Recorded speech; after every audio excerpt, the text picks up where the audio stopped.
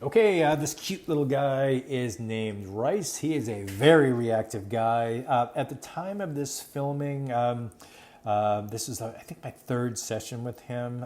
And when I start working with a new dog, I don't like to give them much time from when they fixate on a trigger, from when I do something on my end to keep them under threshold. There's really only 5 or 6 things that I like to do, but for this video I'm going to highlight him looking at the trigger, not responding, and then responding to a marker signal, and I'm using a whistle as a marker for this whole video. Here we go.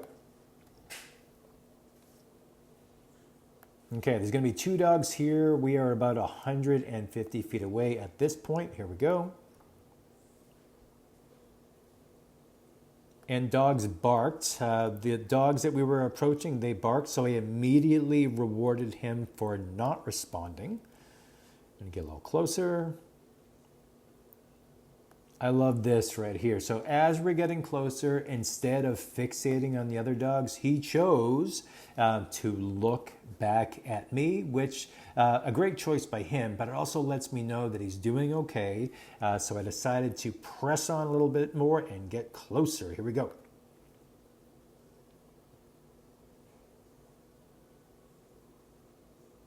So as I get closer, things are getting harder for him. Here we go. Okay, so that's funny right there. So he looks at the dogs, they're right over here, and just kind of reflexively barks and looks back towards me. That's okay for me, right? So he is an avid barker, and when he barks, it's usually that rolling, inconsolable bark.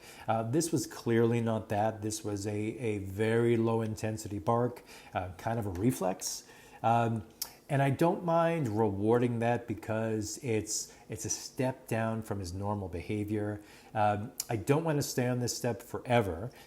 If he always looked at a trigger, barked, and looked back at me and I rewarded, he's going to do that all the time. So I must be aware of that. And as long as I use it as a step down, we're okay. Here we go. Okay, so here's my first instance of when he's clearly looking at a trigger. He's going to hear the whistle, and then he's going to whip his head back towards me. Oops, hold on. Take 2. He's going to hear the whistle, and then he's going to whip his head back towards me. And that's cool. Dogs are right here. As long as he's not reactive, he's looking at the trigger, and he is thinking enough that when he hears the marker signal, he can turn back towards me. Here we go. Same deal there. Look, non-reactive. Here's the whistle back towards me. Okay, so we're getting too close. I mentioned as we get closer, things get harder. He did not give me an opportunity to reward him, and I don't want the dogs I'm working with reacting. Of course not. But I tend to use this as data. If he barks, it just lets me know that I am too close. So I get out of dodge, I create some distance, live to fight another day, reward him one last time for looking and not responding at the dogs. Here we go. And there's a final reward. So we were about 35 feet or so away from the dogs at this point.